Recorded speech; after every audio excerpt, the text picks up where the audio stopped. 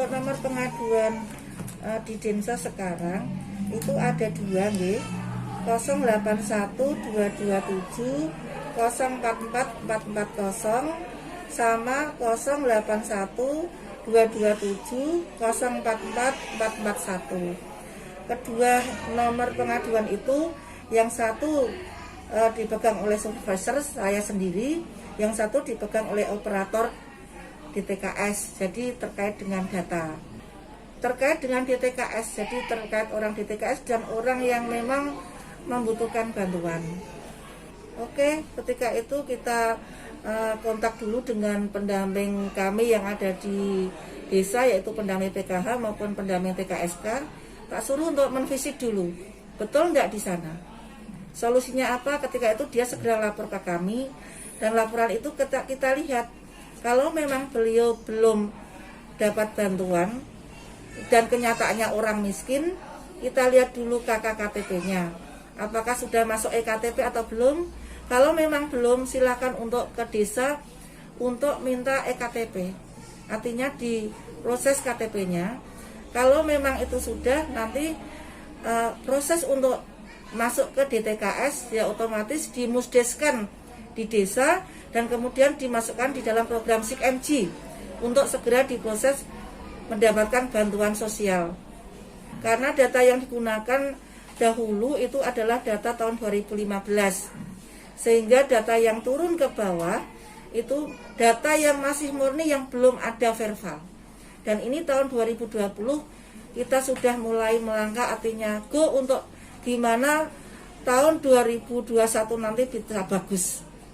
Kami tidak melihat jam kerja. Berapapun pengaduan yang masuk tetap kita tindak lanjuti. Misalkan malam ya otomatis paginya segera kita tindak lanjuti. Hari ini nanti saya akan tindak lanjuti ada 2 dari Kayen dan sama Pucak Wangi.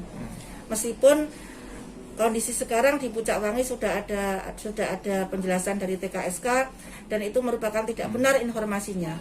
Karena orangnya sudah menerima bantuan PKH dan juga yang cacat itu juga sudah menerima yang hidropolis ya tuh.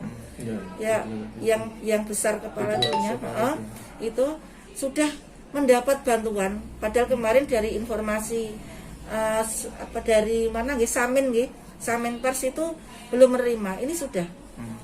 Jadi non sewu kemungkinan bisa juga ada yang miss di lapangan dan ini kita tindak lanjuti dengan apa nggih?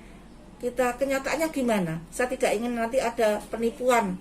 Jadi kenyataan di lapangan kita sampaikan seperti itu. Pokoknya kami berusaha dengan adanya hotline ini segala permasalahan yang ada di bawah bisa terhandle, bisa tertangani dan segera kita tindak lanjuti.